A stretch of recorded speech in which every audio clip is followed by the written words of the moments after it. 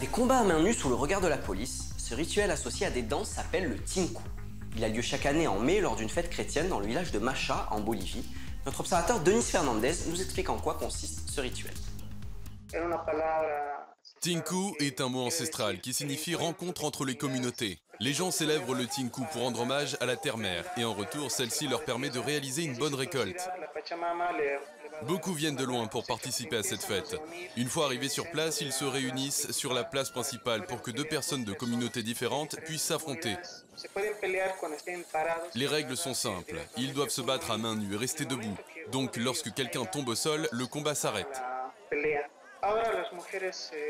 Désormais, il y a également des femmes qui participent. Souvent, ce sont des veuves. Elles se battent à la place de leur mari disparu afin d'obtenir tout de même une bonne récolte. En général, ces combats restent sous contrôle, mais souvent ils dégénèrent car la consommation d'alcool est très importante durant cette fête. Parfois, les combats deviennent assez intenses. C'est pour ça que la police est toujours présente, pour éviter les débordements. Et si la situation devient vraiment incontrôlable, la police utilise du gaz lacrymogène pour disperser les gens. En fait, il y a quelques années, on disait qu'il fallait que le sang coule pour que la récolte soit bonne et la terre fertile.